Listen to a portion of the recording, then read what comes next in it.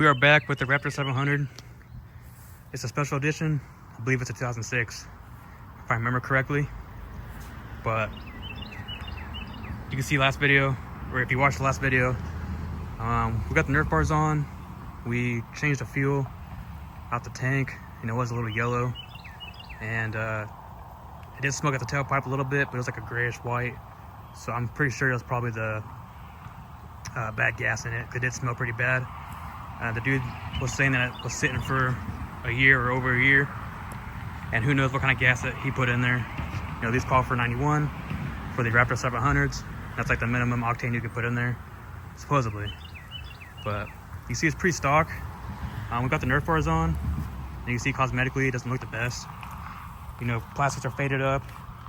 Seat cover has seen better days. It's got a rip in it, but easy fix with a cover.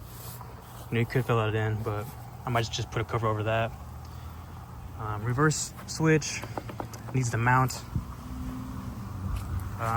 Needs the bumper. Needs the front headlights. It's got pretty much all new tires. And needs new chain and sprockets. So other than that, this thing runs pretty good. You know, we ran it last video and got out the temp. You know, the radiator fans were working, did not overheat on us. It went through the full heat cycle and fans turned off. So we can go ahead and turn it on. I think it's about to rain on me, but we can go ahead and turn it on. See if it even will smoke.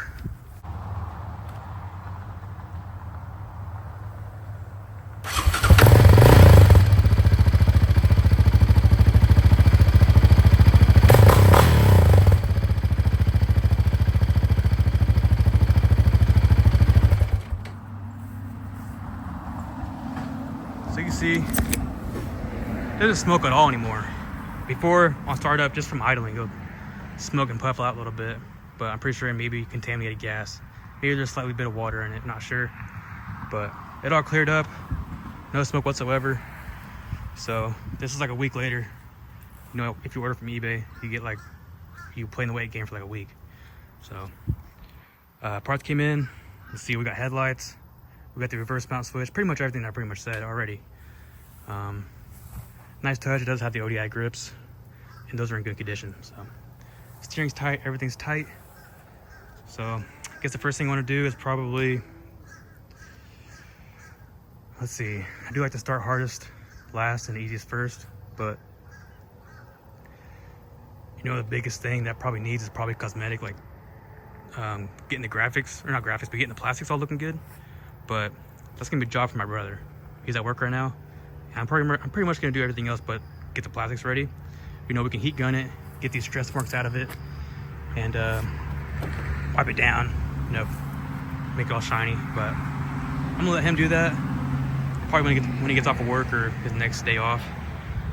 So take off the plastics in the front and probably get this reverse mount switch mounted up. That's really easy with this plastic taken off. You can do it with it on, but it's kind of a hassle, and this is only held up by like one bolt, so it's easy to take off. What else can we do? The headlights, we can do the front bumper.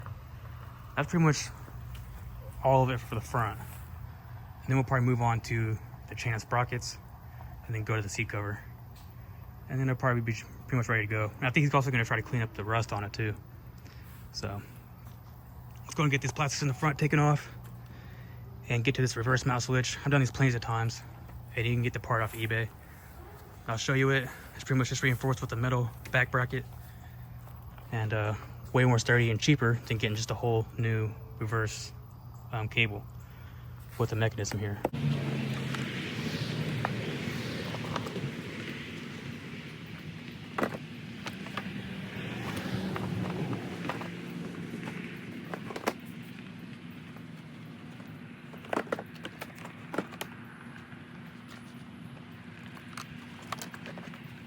Mount switch. There's a reverse mount switch here. It's a little rusty, but we can get it off. Take that off and I'll show you what pretty much the kit comes with. Very simple. I just realized I didn't record this. I thought I was recording the whole time, but pretty much just bought a bracket. Supports the plastic and reinforces it with the metal. So it came with new hardware, as long as the screws in the bottom there. So just unscrew that. You'll kind of see where everything goes, and then just mount it on the back of everything. Put the broken bracket back on, bolt it down. Now it's dirty. Everything works like it should. A whole lot cheaper than buying the whole new cable. So that's like $7, $10 on eBay. So, and then I moved on to the headlights. These are the ones I got. I love these headlights because with the DRLs.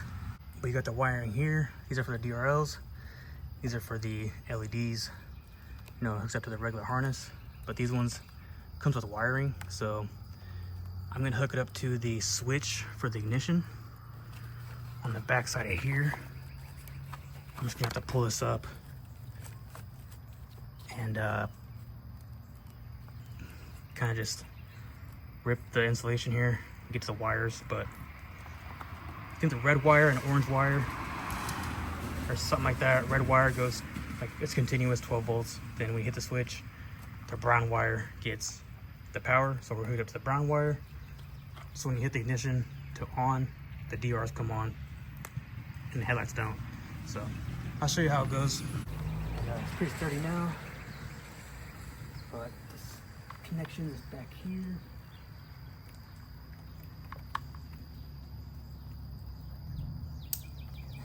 Easy install.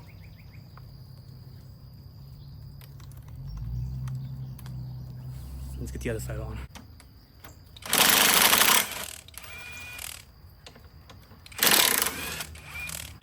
Okay, so squeeze it in there, like that. Hit all three of them.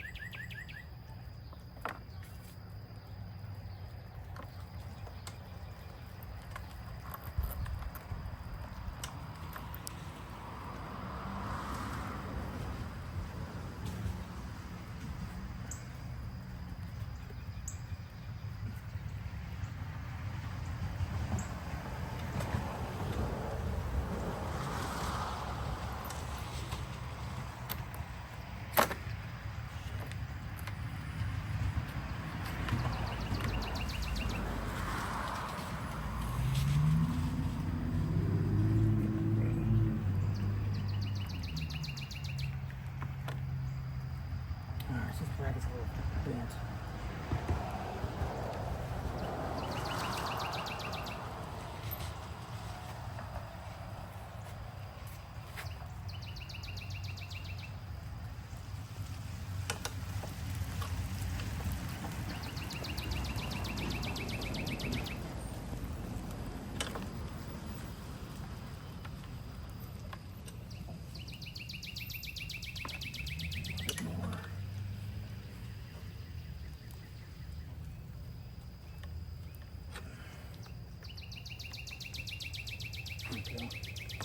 Bingo.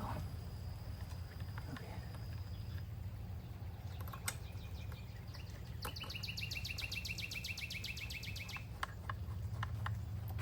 Perfect.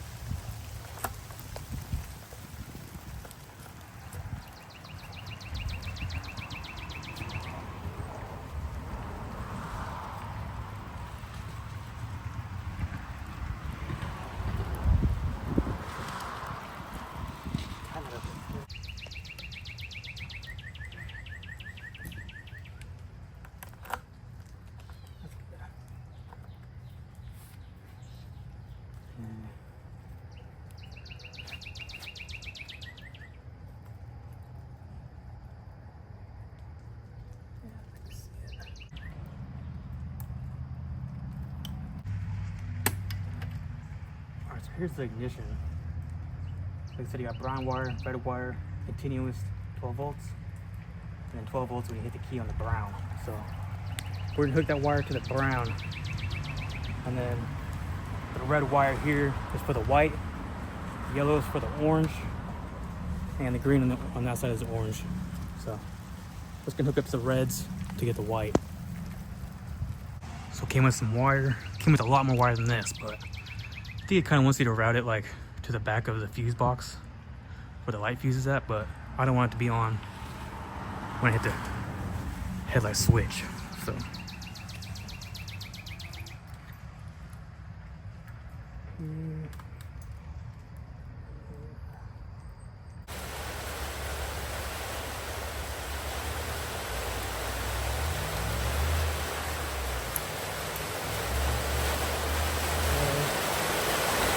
damn, it's coming down again.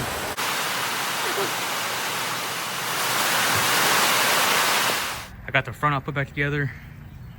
Haven't put the bumper on yet, but the lights are all in. Let's see how it looks.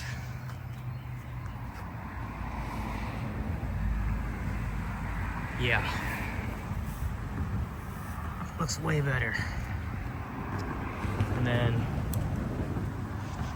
of course, the low beam and high beam look good. Just make sure they work. Yep, both work. So now I'm gonna do, I had to put this bracket here because this side didn't have no foot peg cover or anything. So I had to put this bracket here. We bought that used off of eBay. Came with both sides, but we only needed this side. I had to get bolts for it. We also ordered the foot peg cover off eBay as well. Came with both sides and it came with a bracket. So we're gonna see how good that fits up. So it goes like this. Boom, boom. Missing bolt here. We got the bolt for here. We need the bolt for here. That's what goes in the front.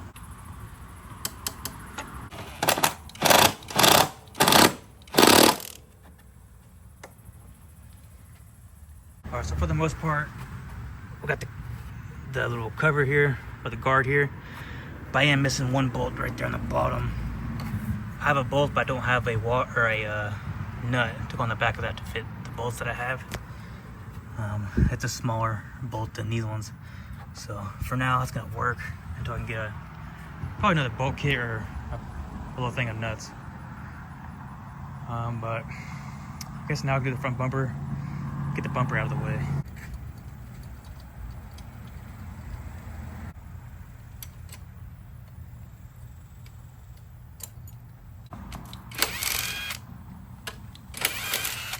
This is the style bumper my bro went with. It's kind of like the style of like the newer ones, or newer 450Rs. Pretty nice. Should bolt right up, yeah.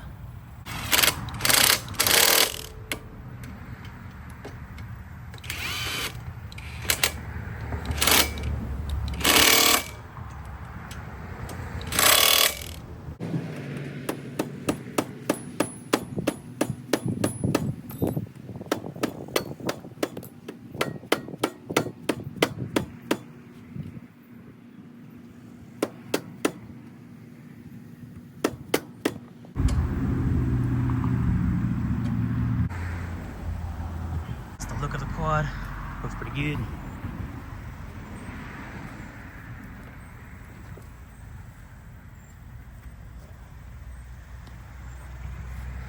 I ain't going nowhere. Right, I'm gonna take the sprockets off the front and probably the rear. But first I gotta take off that case saver. Looks like a few Allen bolts, and then the case saver should slide off. Then we'll take the chain off, then we'll take the sprocket off.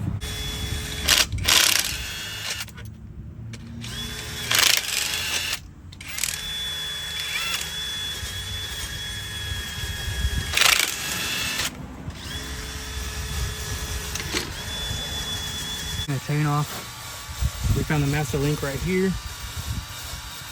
You can hit it with a flathead, and that should come right off. Then that link should come out, so you should be able to pull it through.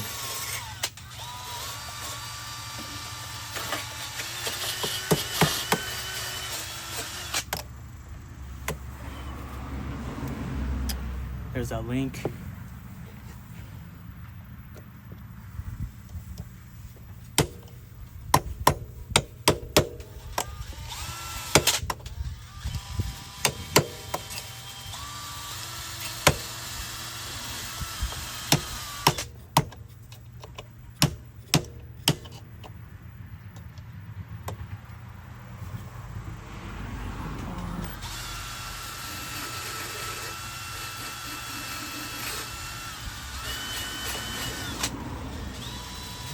All the O-rings are pretty much dry rotted, cracked. Clean that out.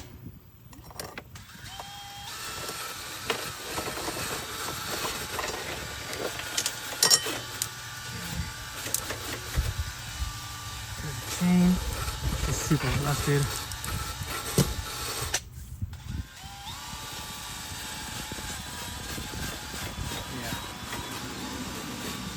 All the O-rings are pretty much dry rot and cracked if you can't see it. We're gonna get to the sprocket now.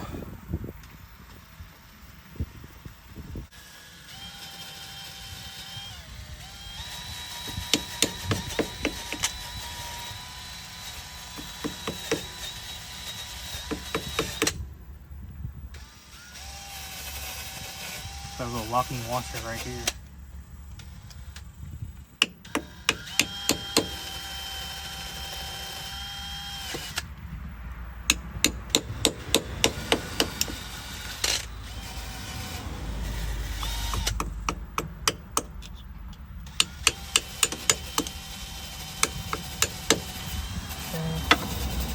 Helps to put it in gear, but got it straightened out.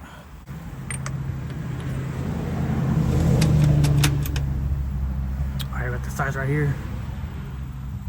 Size big AF. No, it's like a 36, but let some rust off. Use that real quick.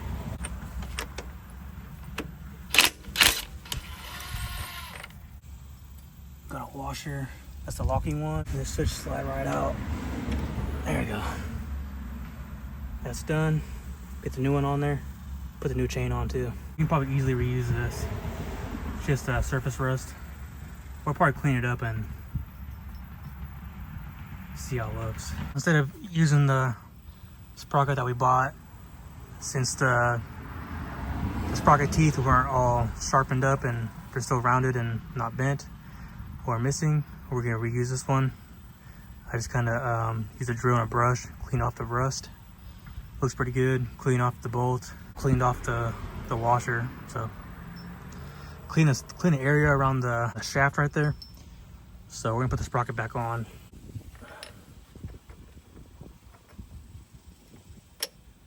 That.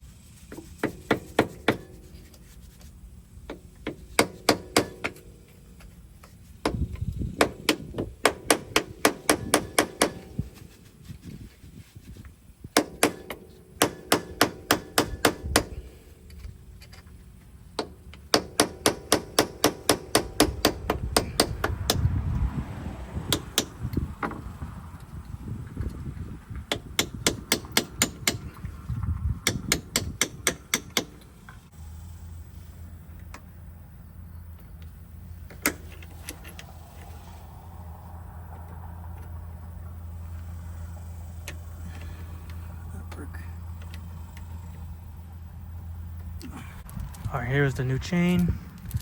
I believe it's a 98 link. So I'm pretty sure that's stock. But this is a non-O-ring chain. Here's the O-ring chain. there's the difference there.